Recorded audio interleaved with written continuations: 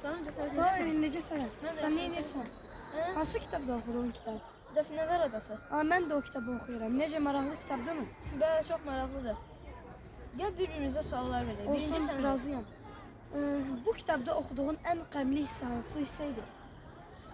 demək olar ki, mənim oxuduğum ən qəmli hissə Jim Hawkinsin atasının vəfat etdiyi yer oldu. O hadisə mənim içimdə qəribə bir hiss oyatdı. Çox qəmləndim mən bu hadisəyə görə. Mənim isə oxuduğum ən qəmli hissə həm sənin dediyin kimi Jim Hawkinsin atasının öldüyü hissə və həmçinin orada Jim Hawkins və anasının evi tərk edib buradan qaçdığı, ata minib onların başına gələn bütün hadisələr çox qəmli idi. Kapitan Silver'in onlara hazırladığı quldurluq da çox pis idi.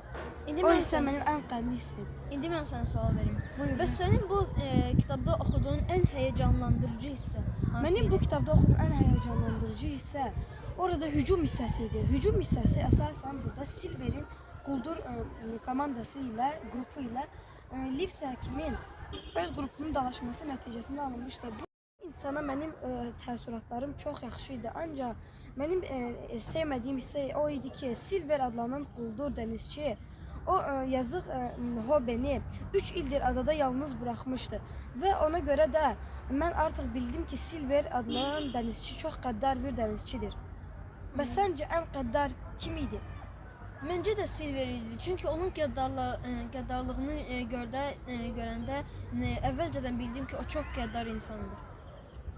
Mənim də bu kitabda oxuduğum ən həyəcanlandırıcı hissə onların xəzinəni tapıb bir-birləri ilə bölüşdüyü hissə idi. Mən bu hissəni o qədər çox gözləyirdim ki, tir-tir əsirdim. Bəs indi mən sənə bir sual versəm olar? Bəli, ver. Bəs sənin bu kitabda oxuduğun ən maraqlı hissə hansı hissə idi? Maraqlı isə demək olar ki, sənin dediyin kimi hücum hissəsi. Hücum hissəsində onlar Livsi həkimin qrupu və quldurlar vuruşmuşdu. O hissədə bir çox insan vəfat etdi. Bəli, bəs sənin kitabda xoşladığın ən yaxşı obraz hansı idi? Mənə görə ən yaxşı obraz Jim Hawkins elə əsas obraz idi. Məncə də Jim Hawkins və Livs həkim hər ikisi də yaxşı obrazlar idi. Bəs sən bu kitabı nə qədər vaxtda oxudun? Bu kitab maraqlı kitab idi. Ona görə də düzdür, bu kitabda çox səhifə vardı, amma bu kitab maraqlı olduğu üçün mən bu kitabı qısa bir müddətdə oxuyub qurtardım. 3 həftə ərzində bu kitabı oxuyub qurtardım. Bəs sən?